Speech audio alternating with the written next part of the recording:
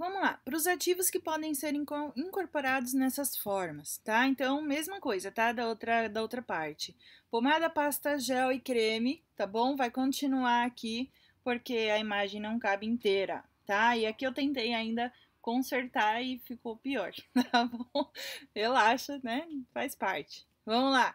Então, aqui para as pomadas, o que eu posso colocar numa pomada, né? Então, ativos tópicos diversos. Então, olha aí, ácido salicílico, ácido benzoico, óxido de zinco, vitamina A e D, tá?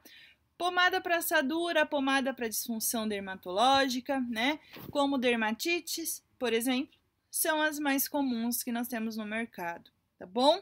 Então, pomadas que são fáceis aí de você pensar que você já viu uma, pelo menos alguma vez, tá? Vamos lá agora para as pastas. Então, ativos tópicos diversos. Então, a gente está falando aí tudo tópico, né? Então, óxido de zinco, calamina, enxofre, mentol, ácido salicílico, tá? Pasta d'água, né? E pasta de dente. São as mais comuns que a gente tem. Então, é legal você sempre ter uma... Falou o nome daquela forma farmacêutica, você tem que lembrar pelo menos aí de algum exemplo, tá? Porque já te traz bastante informação, tá certo? E por último, cremes e géis, né? Provavelmente as formas mais versáteis, podendo ser incorporados ativos medicamentosos ou cosméticos, como alfa-hidroxiácidos, hidratantes, anti-inflamatórios, secativos e hidratantes. Então, mesma coisa, vamos pensar em exemplo aí, tá bom? Sei lá, um hidratante. Então, você vai lá no seu quarto, tem um hidratante, você vai na bolsa, tem um hidratante, né? Em algum lugar você tem. Um anti-inflamatório, então, tipo aquele Cataflã, gel, né? Que você passa ali e ele supostamente alivia alguma dor muscular, tá? Secativo, então, um gelzinho secativo de espinha, né? Também é bastante interessante, tá? Na indústria cosmética, a gente tem aquela história do toque seco, toque mate, mas aí é porque eles misturam um pouquinho nas formulações, eles colocam um pouquinho de substâncias relativas à maquiagem, tá bom? Com a finalidade do embelezamento, e aí vai para essa questão do toque, que a gente já vai falar um pouquinho depois da viscosidade, tá certo?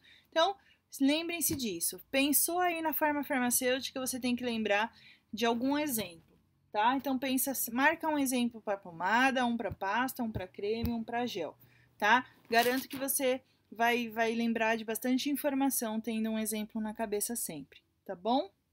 Vamos lá. Né, essas bases galênicas aí, as semissólidas, elas têm muita aplicabilidade nessa questão de veiculação de ativos farmacológicos, tá? Em formulações medicamentosas, ativos cosmecêuticos, formulações farmacêuticas cosméticas, né? Essas bases galênicas, elas são utilizadas para incorporação e veiculação de grande variabilidade de ativos. E os aspectos da permeabilidade cutânea dessas formulações são dependentes justamente da base e dos seus constituintes, tá?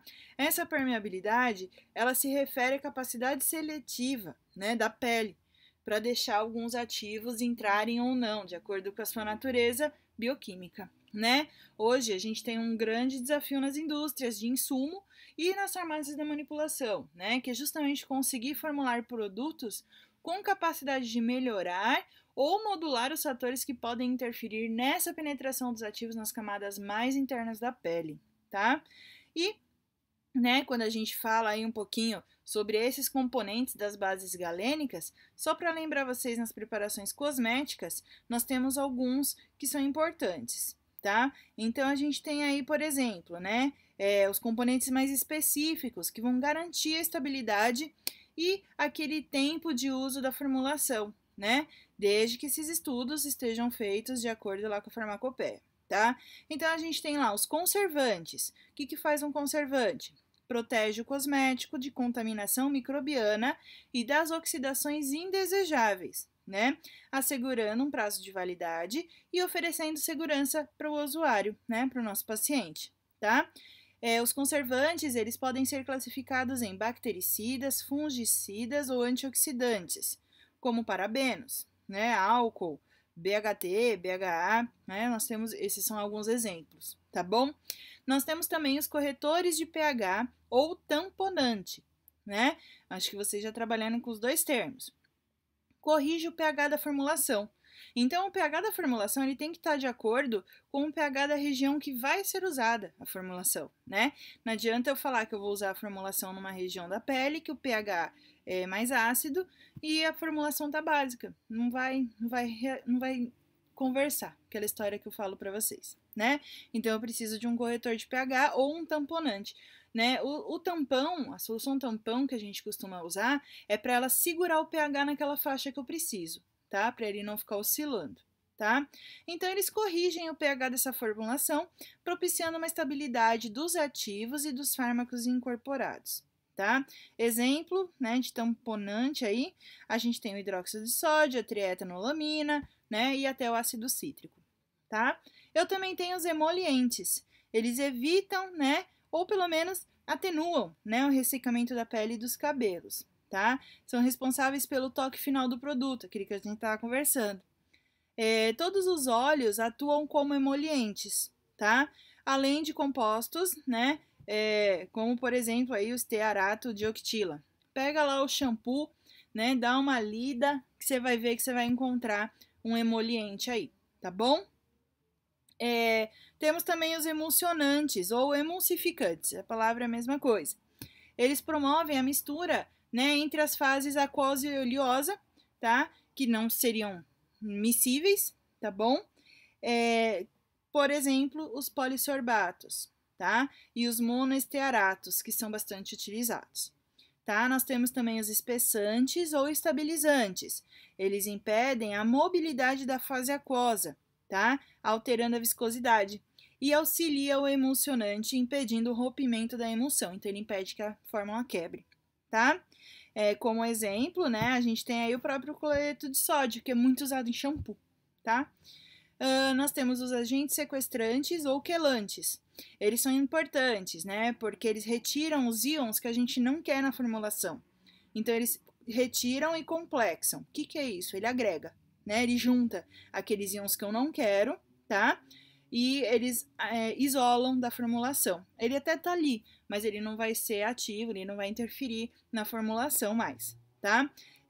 Por exemplo, a gente usa o EDTA, tá bom? Solubilizantes, né? Promovem a solubilização de uma substância em meio a um dispersante.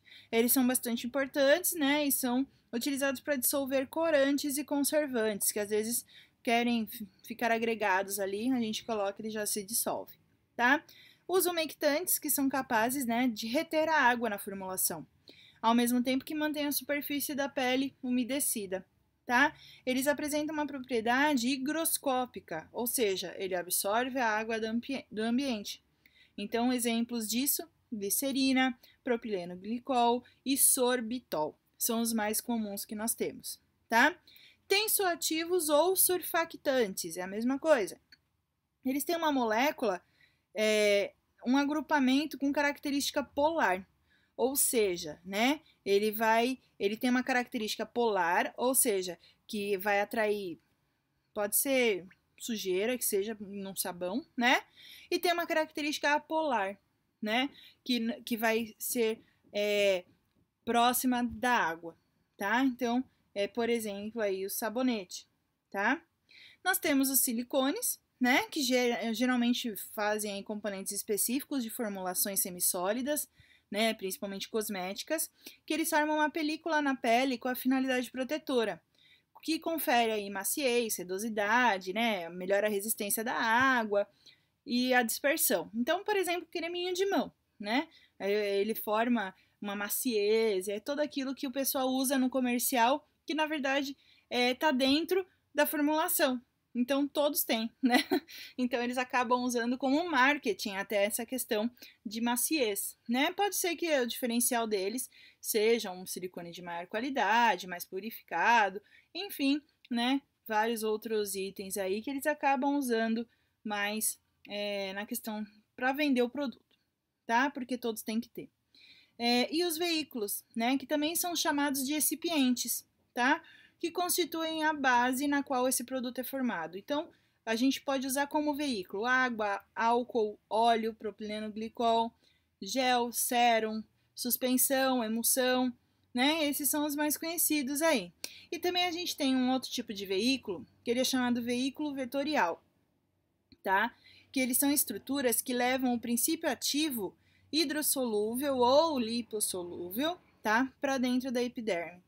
Então, assim, pode ter um monte de coisa na formulação, mas o princípio ativo, ele vai ser carregado por esse veículo vetorial, entendeu? Vetor é de como se fosse uma seta, né? Então ele vai carregar justamente lá para dentro, tá? Então pode até ficar o resto do produto, sei lá, na pele, etc. Mas o princípio ativo precisa entrar, tá bom? Então esses veículos né, vetoriais, eles têm uma grande vantagem quando são comparados aos comuns, tá?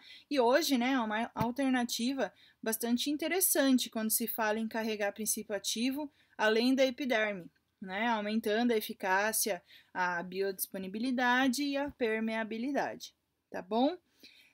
Quando a gente fala aí nessas preparações medicamentosas, né, elas são constituídas sempre por um ou mais fármacos veiculados nas bases líquidas ou semissólidas, tá? De mesmo modo que as que são cosméticas, né, destinadas para uso medicamentoso, dependem também desses componentes específicos, tá? E quem são esses componentes específicos? São eles aqui. Então, agentes solubilizadores são os mais comuns: água, álcool, né, glicóis, cetonas, óleos, né? Conservantes antimicrobianos.